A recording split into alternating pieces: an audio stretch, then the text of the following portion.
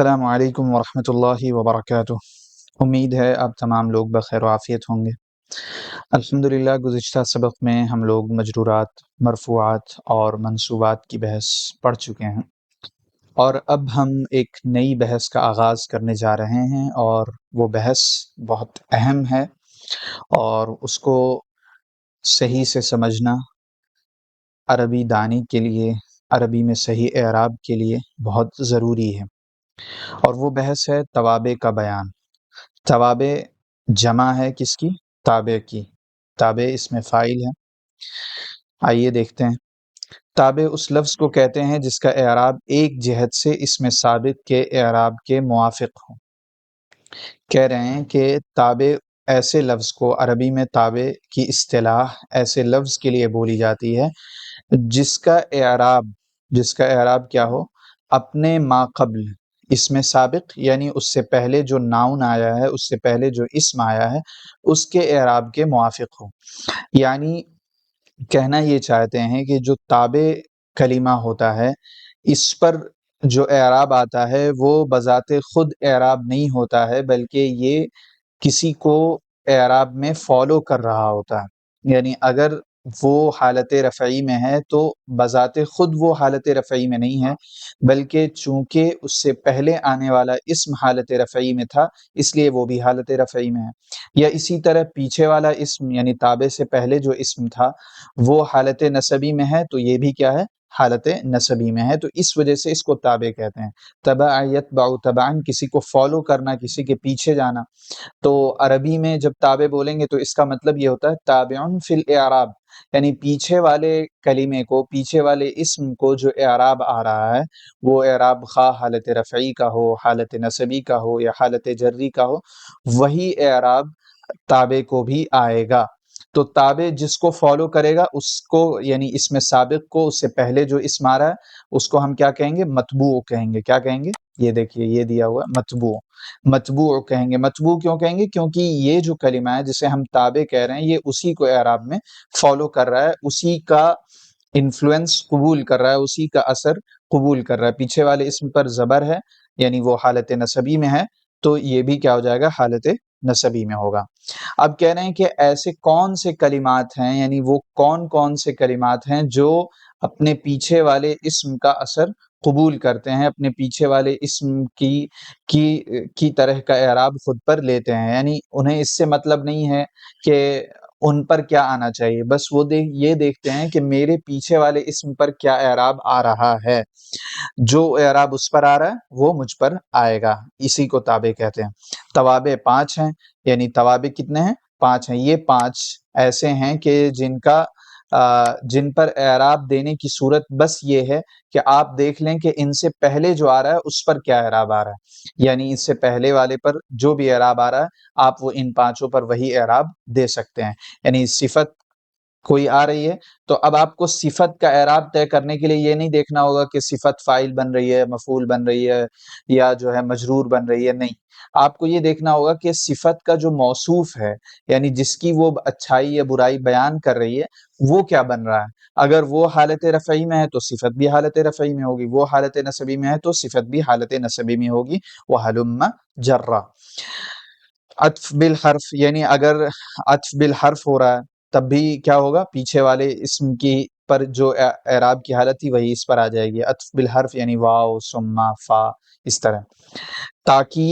تاکید یعنی جب کسی کلمے میں تاکید پیدا کرنی ہوتی ہے، جاء زید نفسہ، ٹھیک ہے، سب کی بحث علیحدہ مفصل طور پر آئے گی۔ بدل یعنی جب ہم ایک چیز کہہ دیتے ہیں اور اسی کی جگہ پر کوئی اور چیز کہنا چاہتے ہیں تو ہم جو چیز لاتے ہیں اس کا اعراب وہی ہوتا ہے جو پیچھے اس میں سابق کا اعراب ہوتا ہے۔ اور عطف بیان یعنی ایسا عطف جس میں ہم وضاحت کرنا چاہتے ہیں، جس میں ہم پیچھے والے کلمے کی مزید توضیح کرنا چاہتے ہیں تو اسے عطف بیان کہتے ہیں۔ تو یہ جو 5 چیزیں ہیں، صفت، عطف بالحرف، تاکید، بدل، عطف بیان، تو ان 5 کا اعراب ڈیسائیڈ کیسے ہوگا؟ ان کے پیچھے جو کلمہ آیا ہے، اس میں سابق جس کو یہاں پہ کہا ہے، ان کے پیچھے یعنی ان سے پہلے جو کلمہ آیا ہے اس کی اعراب کی حالت کیا ہے۔ اگر اس کی اعراب کی حالت رفعی ہے تو انہیں یہ بھی حالت رفعی میں ہوں گے، نصبی ہے تو یہ بھی حالت نصبی میں ہوں گے، جری ہے تو یہ بھی حالت جری میں ہوں گے۔ ان کا اعراب اسی طرح ڈیسائیڈ کیا جائے گا۔ اب ایک ایک کی وضاحت کر رہے ہیں کہ یہ پانچوں توابع جو ہیں ان کی خصوصیات کیا ہیں اور یہ کیا معنی رکھتے ہیں، کن کن معنوں میں استعمال ہوتے ہیں، وہ دیکھیے۔ تو سب سے پہلے صفت کا تذکرہ کر رہے ہیں۔ کس کا تذکرہ کر رہے ہیں؟ صفت کا تذکرہ کر رہے ہیں، جو کہ موصوف کے ساتھ آتی ہے۔ ظاہر ہے موصوف صفت دونوں کیا ہے؟ لازم ملزوم ہے۔ تو صفت کس کی پیروی کرتی ہے؟ اپنے موصوف کی پیروی کرتی ہے، یعنی اس سے پہلے موصوف آتا ہے۔ تو جو موصوف پر اعراب ہوتا ہے وہی کس کا اعراب کس پر بھی ہوتا ہے؟ صفت پر بھی ہوتا ہے۔ ایسا نہیں ہو سکتا کہ موصوف حالت رفعی میں ہو اور صفت حالت جری میں ہو، بلکہ صفت موصوف کی حالت کو ہی فالو کرتی ہے۔ صفت وہ تابع ہے جو مطبوع کی یا متعلق مطبوع کی بھلائی یا برائی بیان کرے۔ مطبوع کی یعنی ظاہر ہے صفت کس کا صفت کا مطبوع کون ہوتا ہے؟ صفت کا مطبوع موصوف ہوتا ہے، یعنی جس کی وہ اچھائی یا برائی بیان کر رہا ہے۔ یا متعلق مطبوع کی، یعنی ایسا ہو سکتا ہے کہ صفت کا جو موصوف ہے اصل میں صفت اس کی کوالٹی نہ بیان کر کے اس موصوف کے کسی ریلیٹیو کی کوالٹی بیان کر رہی ہو۔ جیسے ہم کہیں کہ اس کو اردو کی مثال میں ہم اس طرح سمجھ سکتے ہیں، ایک تو ہم کہیں زید اچھا لڑکا ہے، کیا کہیں؟ زید اچھا لڑکا ہے۔ تو اب یہاں جو اچھا کی صفت ہم نے استعمال کی ہے یہ خود زید کی اچھائی یا برائی بیان کرنے کے لیے کی، لیکن اگر ہم کہہ دیں کہ زید کا بیٹا اچھا لڑکا ہے، زید کا بیٹا اچھا لڑکا ہے، تو اصل میں موصوف تو زید ہے، لیکن اس میں اچھائی یا برائی کس کی بیان کی جا رہی ہے؟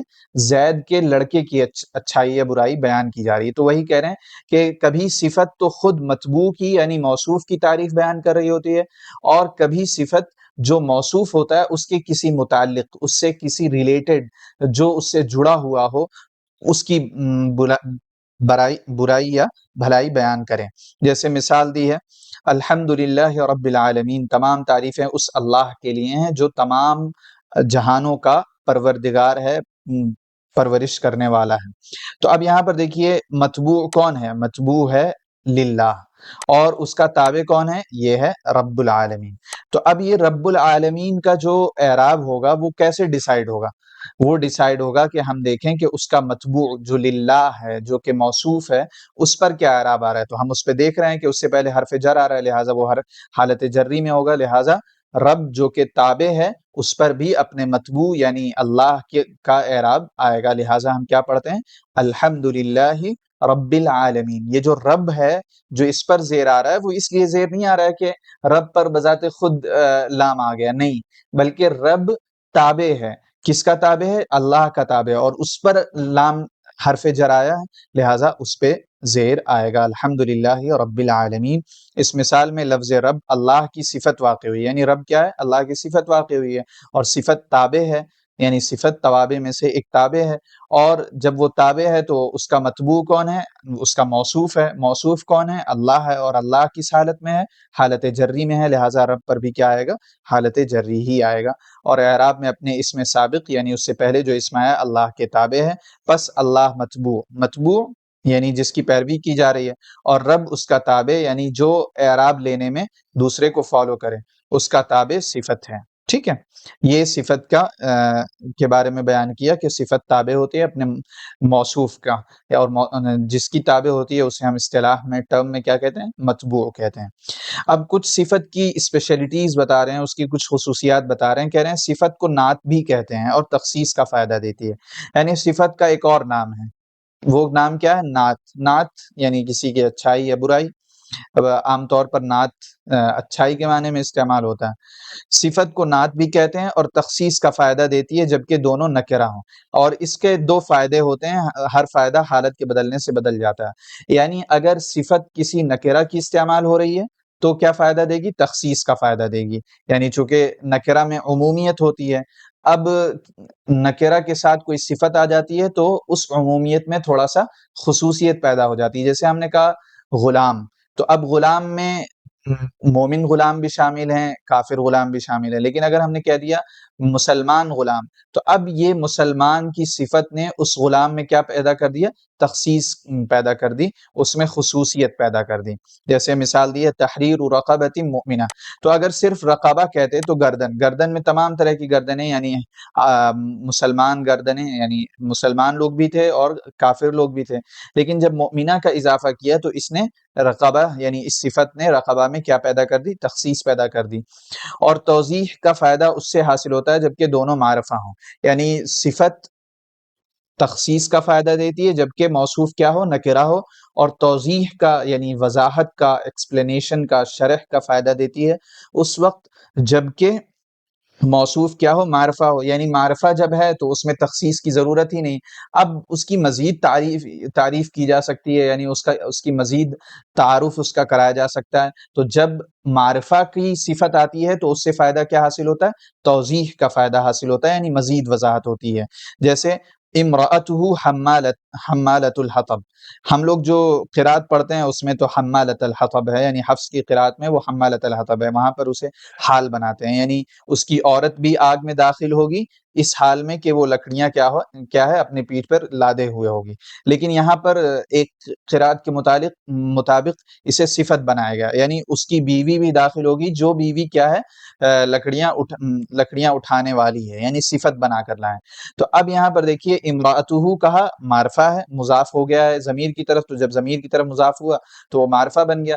اب حمالۃ الحطب یہ اس کی صفت ہے، اس نے اس کی مزید وضاحت کر دی کہ وہ عورت کیسی ہے، تو معلوم ہوا کہ صفت دو فائدہ دیتی ہے، تخصیص کا فائدہ اس وقت، یعنی خصوصیت کا فائدہ اس وقت جبکہ اس کا موصوف کیا ہو؟ نکرہ ہو، اور توضیح، وضاحت، شرح کا فائدہ اس وقت جبکہ اس کا موصوف کیا ہو؟ معرفہ ہو۔ جیسے مزید ایک مثال دی ہے زید العالم، اب زید معرفہ ہے، العالم نے اس کی مزید توضیح، اس کی مزید وضاحت کر دی۔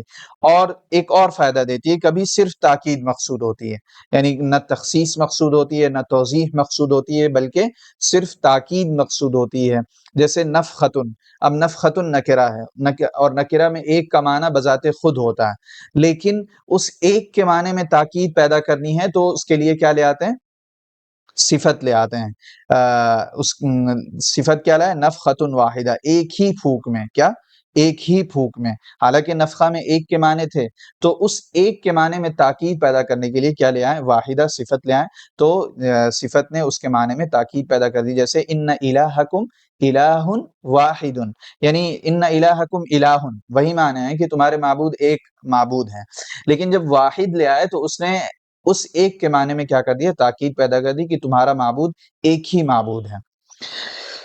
اب یہ تو فائدہ ہو گیا کہ صفت کیا کیا معنوی طور پر فائدہ دیتی ہے۔ معنوی طور پر ایک فائدہ تو یہ ہوتا ہے اس سے کہ اگر نکرہ ہے موصوف تو تخصیص پیدا ہو جاتی ہے، ایک فائدہ توضیح کا جبکہ موصوف کیا ہو؟ یعنی مطبوع کیا ہو؟ معرفہ ہو، اور کبھی کبھی صرف تاکید کا فائدہ مقصود ہوتا ہے۔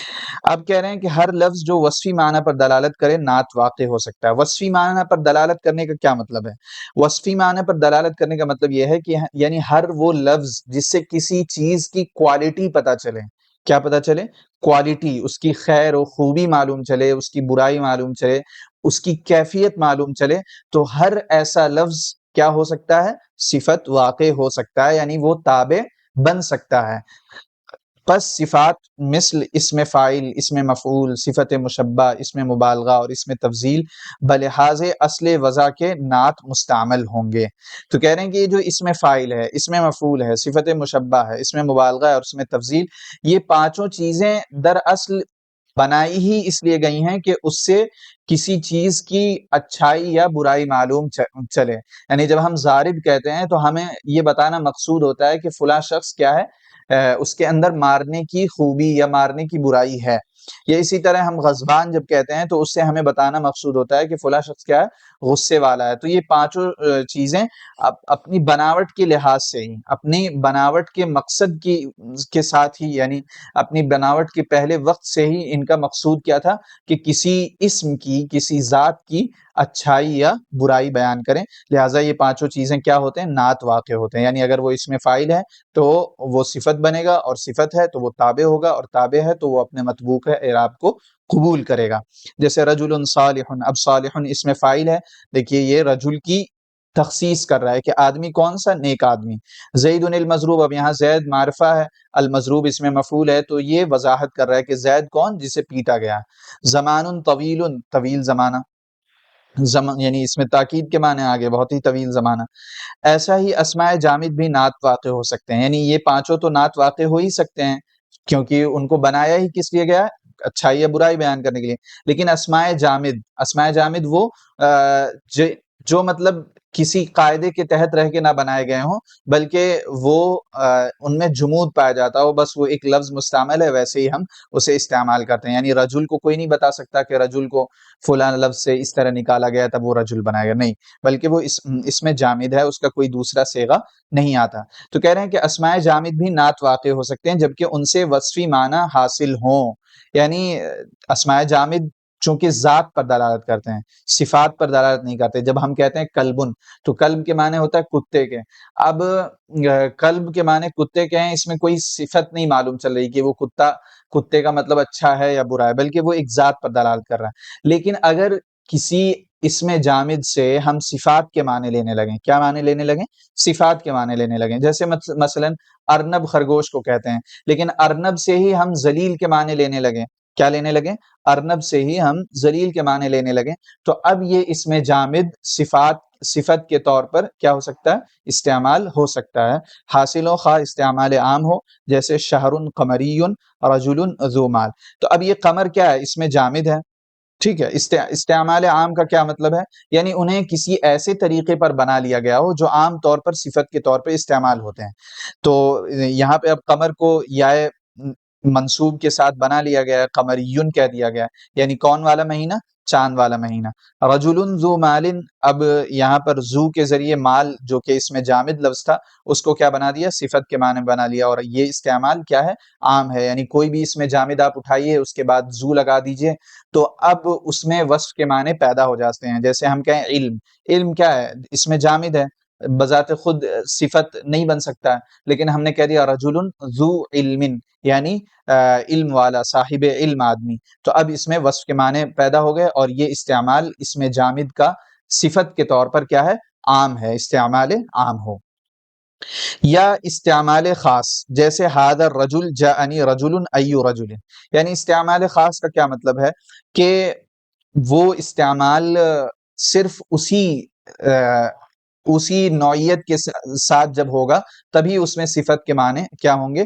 مراد ہوں گے. یعنی الرجل آپ کہیں اور استعمال کریں گے تو اس میں وصف کے معنی نہیں آئیں گے، لیکن اگر اس میں اشارہ کے ساتھ معرفہ ہو کر وہ استعمال ہو رہا ہے تو ہم ایسی صورت میں کہیں گے کہ اس میں اشارہ موصوف ہے، اور یہ جو اس کے بعد جو مشار الیہ ہے جس پر الف لام آ رہا ہے وہ کیا ہے؟ صفت ہے. تو یہ استعمال خاص ہے. ایسا اگر ہم کسی اور کے ساتھ کریں گے تو وہ اس میں صفت کے معنی، یعنی ہم اسے صفت نہیں کہہ سکتے. لیکن اس میں خاص طور پر جبکہ اس میں اشارہ ہو اور اس کے بعد معرف باللام کوئی چیز ہو تو اسے ہم کیا کہتے ہیں؟ صفت کہتے ہیں. جیسے ھذا الرجل، ھذا موصوف ہو جاتا ہے اور الرجل صفت ہو جاتا ہے. اسی طرح آپ کہہ سکتے ہیں ھذا القلم، تو ھذا موصوف، القلم کیا؟ صفت، یہ قلم. اسی طرح جاءنی رجل ای رجل، تو ایو کا استعمال اس میں اس طرح ہے کہ ایو کو اگر اسی نکرہ کی طرف مضاف کر کے استعمال کیا گیا ہو جو اس سے پہلے آیا ہو تو اس میں بھی صفت کے معنی پیدا ہو جاتے ہیں، اور یہ استعمال کیا ہے؟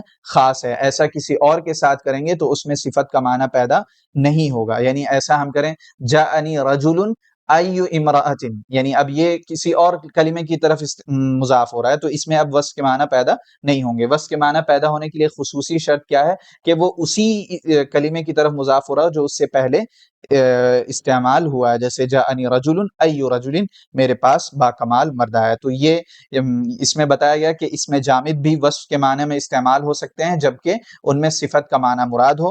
اور اس کی دو صورتیں ہیں، ایک تو استعمال عام ہے، یعنی باقاعدہ قاعدہ ہے کہ آپ اس کی طرف ذو لگا دیجئے تو اب اس میں وصف کے معنی پیدا ہو گئے، یا اسی طرح اسے یا نسبت یا منصوب اس کی طرف جوڑ دیجئے، جیسے قمریٌ ہندیٌ، تو اس میں وصف کے معنی پیدا ہو گئے۔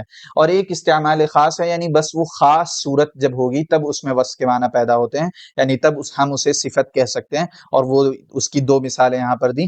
ھذا الرجل یعنی اس میں اشارہ ہو اور اس کے بعد مشار الیہ کیا ہو، الف لام کے ساتھ ہو، تو اسے بھی ہم صفت کہتے ہیں۔ اسی طرح ایو کا استعمال بتایا کہ ایو اگر اسی کلمے کی طرف مضاف ہو رہا ہو جو پیچھے مستعمل ہوا ہے تو ہم اسے بھی صفت مانتے ہیں، یعنی ایو رجل، یہ رجل کی صفت ہے۔ تو یہ آج کا ہم لوگ کا سبق ہے، باقی دو شق اس کی باقی رہ جاتی ہیں، جس میں بتائیں گے کہ صفت بحال موصوف، یعنی ایسی صفت جو موصوف میں بذات خود ہو، اور ایک ایسی صفت جو موصوف کے کسی متعلق، موصوف کے کسی ریلیٹڈ میں ہو، جس کی وضاحت ہم نے تھوڑا شروع میں کر دی ہے، اس کو انشاءاللہ ہم لوگ کل پڑھیں گے۔ امید ہے آپ کو یہ سبق سمجھ میں آ گیا ہوگا۔ اگر کوئی چیز اب بھی اشکال پیدا کرے، دشوار معلوم ہو، تو از راہ کرم آپ کمنٹ باکس میں کمنٹ کریں، انشاءاللہ ہم پہلی فرصت میں اس کا جواب دینے کی کوشش کریں گے۔ اور ان ویڈیوز کو اپنے دوستوں کے ساتھ بھی شیئر کریں، اور انشاءاللہ نحو سیکھتے رہیں۔ ملتے ہیں اگلی ویڈیو میں۔ السلام علیکم ورحمۃ اللہ وبرکاتہ۔